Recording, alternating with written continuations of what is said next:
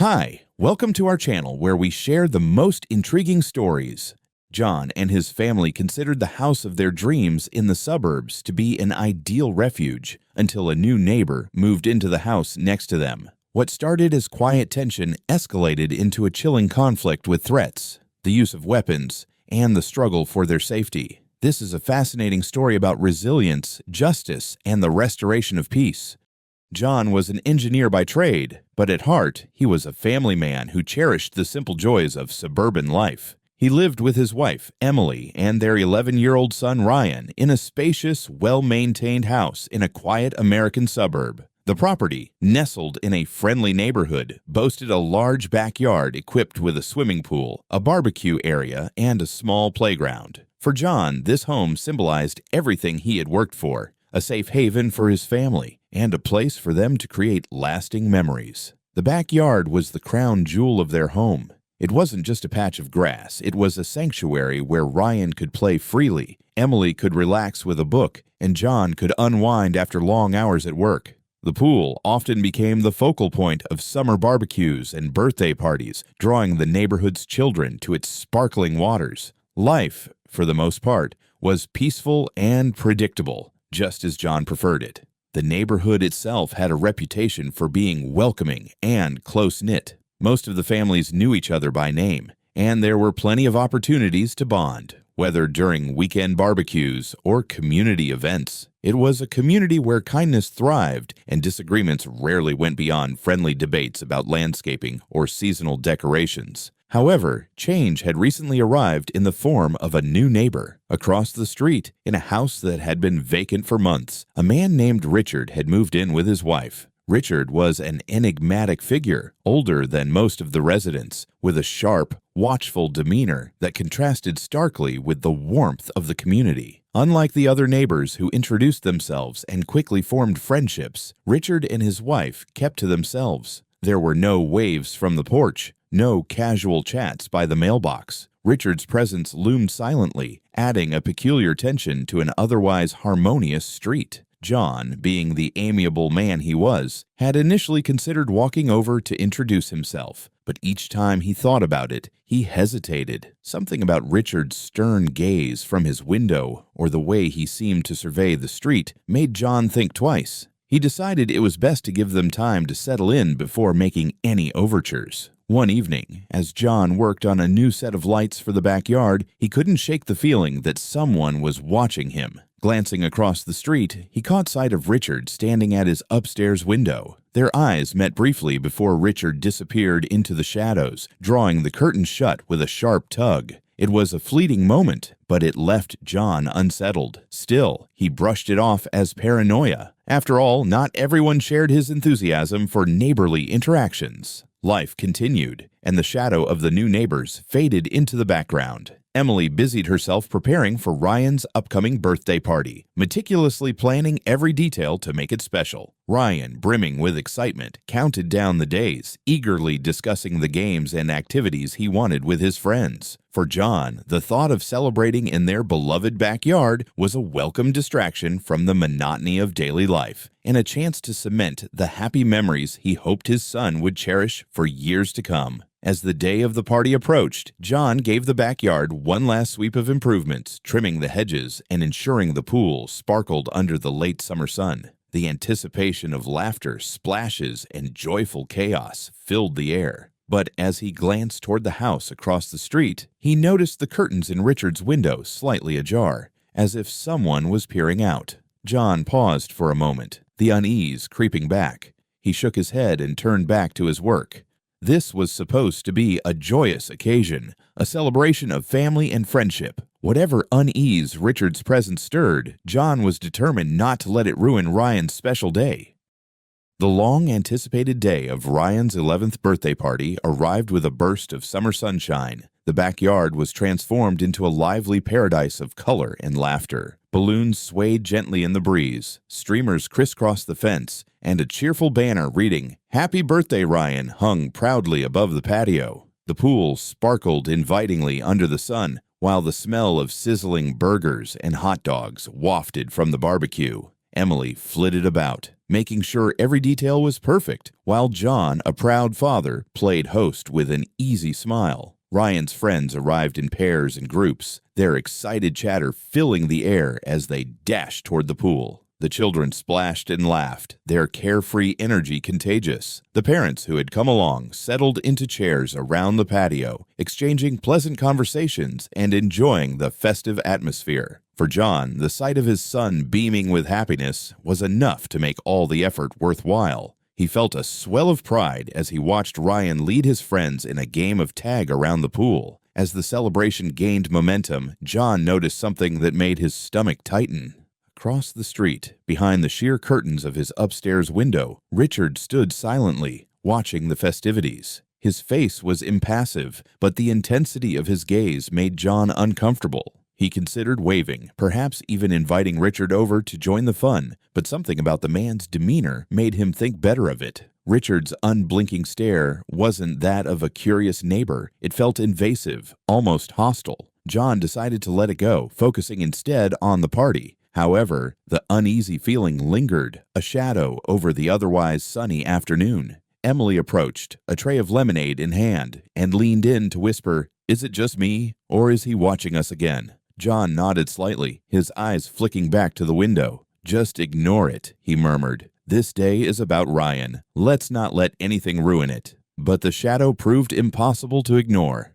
An hour later, as the children were engaged in a game of water volleyball, the gate to the backyard suddenly swung open with a sharp creak. Heads turned as Richard stepped into the yard, his expression dark and his shoulders tense. Conversation stilled, and the laughter of the children faded as an air of discomfort swept over the party. "Who's in charge here?" Richard's voice was sharp, cutting through the silence. He scanned the crowd, his eyes narrowing when they landed on John.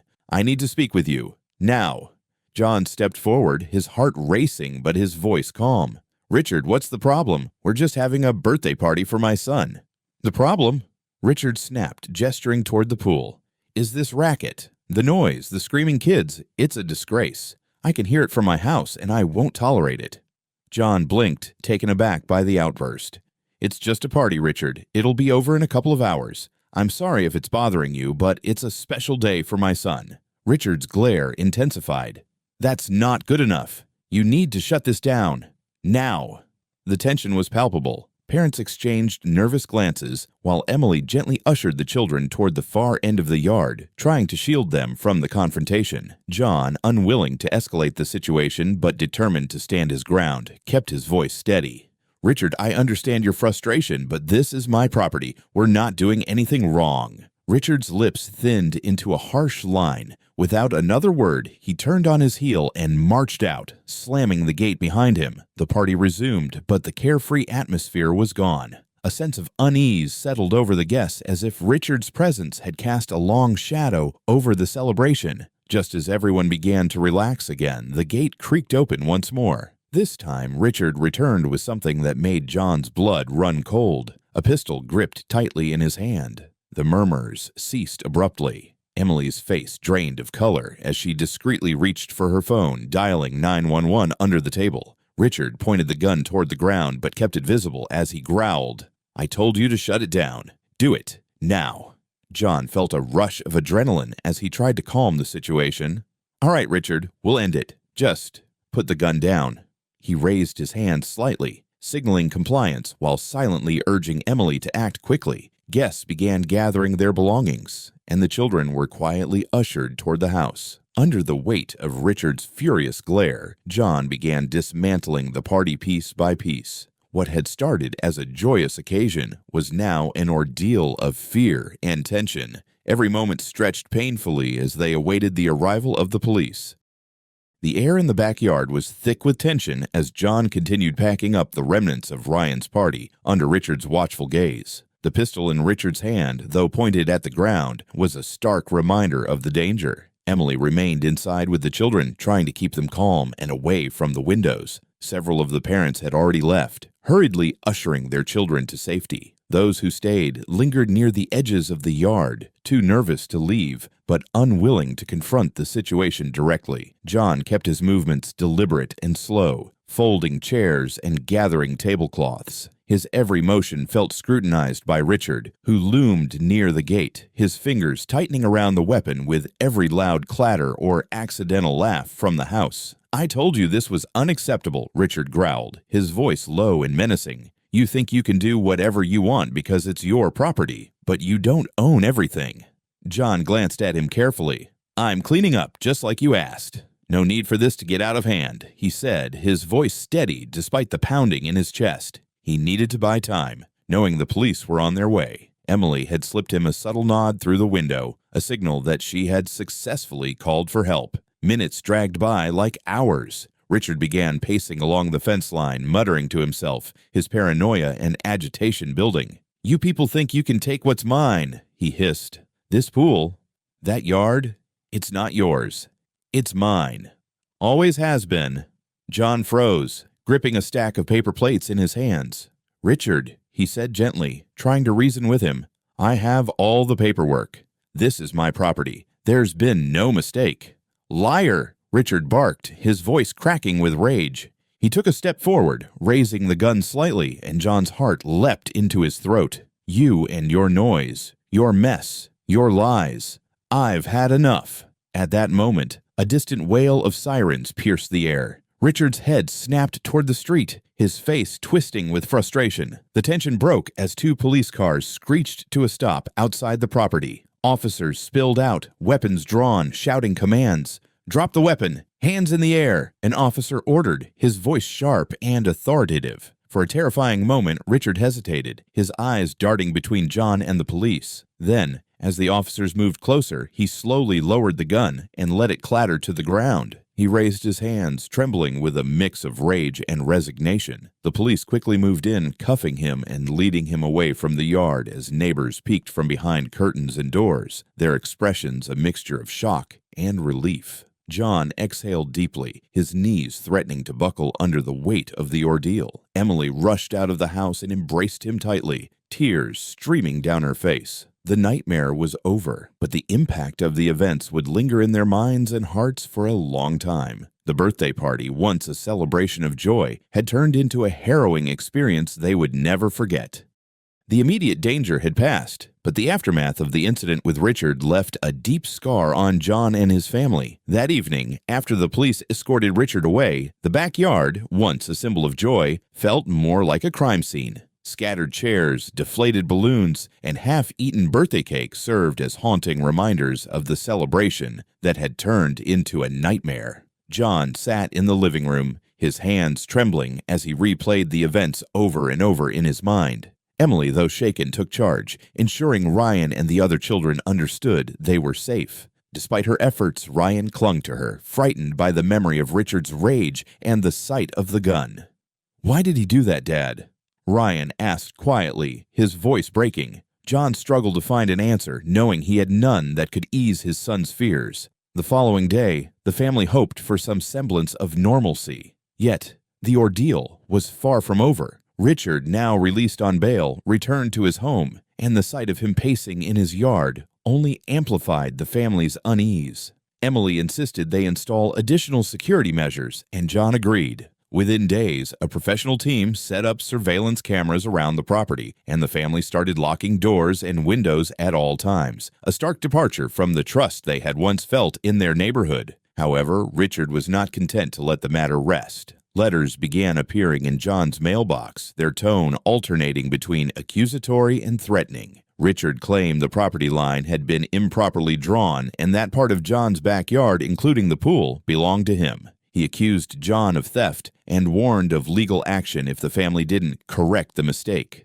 The letters, written in scrawled handwriting, grew increasingly unhinged, referencing justice and reclaiming what's rightfully mine. John, already on edge, turned to an attorney to defend against what he suspected was a baseless claim. The attorney, Lisa Carter, carefully reviewed the property's deed, survey maps, and legal boundaries. "There's no merit to his accusations," she assured John. "This is intimidation, plain and simple. But we need to document everything, every letter, every interaction, every threat." Richard's behavior escalated further. On multiple occasions, John caught him standing near the property line, taking photographs of the backyard and the pool. Once, when John confronted him, Richard muttered something incoherent and stormed away. But the encounter left John unnerved. Late one night, motion sensors triggered the newly installed cameras, capturing Richard in the act of trespassing. He appeared on the footage pacing along the edge of the backyard, staring intently at the pool before retreating into the shadows. With Lisa's guidance, John filed a restraining order, citing Richard's escalating harassment and the fear it instilled in his family. Though the restraining order offered some legal protection, it did little to ease their anxiety. Emily found herself unable to relax, constantly glancing out the windows, while Ryan had nightmares about Richard returning with his gun.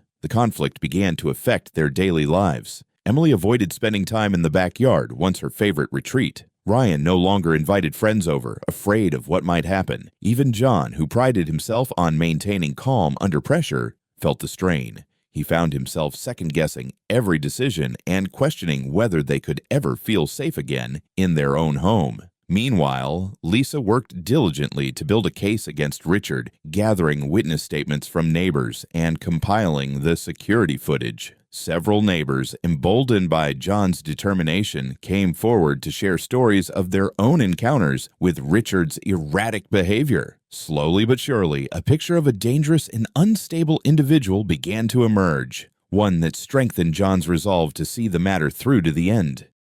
The day of the court hearing dawned with a mix of anxiety and determination for John and his family. Dressed in his best suit, John sat in the courtroom beside his attorney, Lisa Carter, who exuded calm confidence. Across the aisle sat Richard, his face pale but defiant, accompanied by his lawyer. The atmosphere was tense, charged with the weight of the months-long ordeal that had culminated in this pivotal moment. The proceedings began with the judge summarizing the charges against Richard: harassment, trespassing, brandishing a weapon, and making credible threats against John and his family. Richard's lawyer quickly moved to downplay the severity of his actions, arguing that his client had acted out of a misunderstanding about property lines and had no intention of causing harm. Mr. Gaines merely sought to protect what he believed was his. The lawyer insisted, gesturing toward a folder of documents purportedly proving Richard's claims of ownership. Lisa was prepared. When it was her turn, she confidently presented a detailed map of John's property, backed by legal deeds and surveyor reports that unequivocally established the boundaries. "Your Honor," Lisa began, her voice steady but firm, "there is no ambiguity here. The property in question has been in my client's possession for years, and every legal document confirms it. What we're dealing with is not a misunderstanding, but a deliberate campaign of intimidation." The courtroom quieted as Lisa introduced the next piece of evidence: security footage from John's backyard. The grainy night vision clips showed Richard pacing along the fence line, muttering to himself before stepping onto John's property and glaring at the pool. The murmurs from the spectators grew louder as Lisa played the footage of Richard's armed confrontation during Ryan's birthday party. "This is not the behavior of a concerned neighbor," she said, turning to face the judge. "This is the behavior of a man intent on creating fear."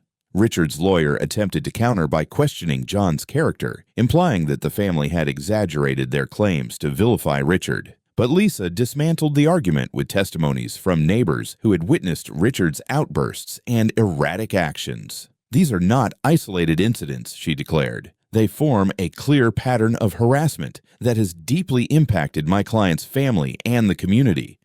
When it was John's turn to testify, he recounted the events in painstaking detail, his voice steady but filled with emotion. He described the terror on his son's face when Richard appeared with a gun, the sleepless nights spent worrying about their safety, and the sense of violation that had taken over their lives. "We moved here to give our son a happy, peaceful upbringing," John said, his voice cracking. "Instead, we've been living in fear. No family should have to go through this." The turning point came when the judge questioned Richard directly. Asked to explain his actions, Richard's responses were evasive and at times combative. He insisted that he had been provoked and refused to take responsibility, claiming he was the true victim. The judge's expression hardened as Richard rambled on, making it clear that his lack of remorse was not going unnoticed. After hours of deliberation, the judge delivered the verdict. Richard was found guilty on all counts. The sentence was decisive: a significant fine for damages, a restraining order permanently barring him from contacting John's family, and a prison term for the more serious offenses, including his threats with a firearm. The relief in the courtroom was palpable. Emily squeezed John's hand as tears of gratitude welled up in her eyes. Justice had been served, but more importantly, their family could finally begin to heal. As Richard was led away in handcuffs, the specter of his presence began to fade, leaving behind the first glimmers of peace they had felt in months.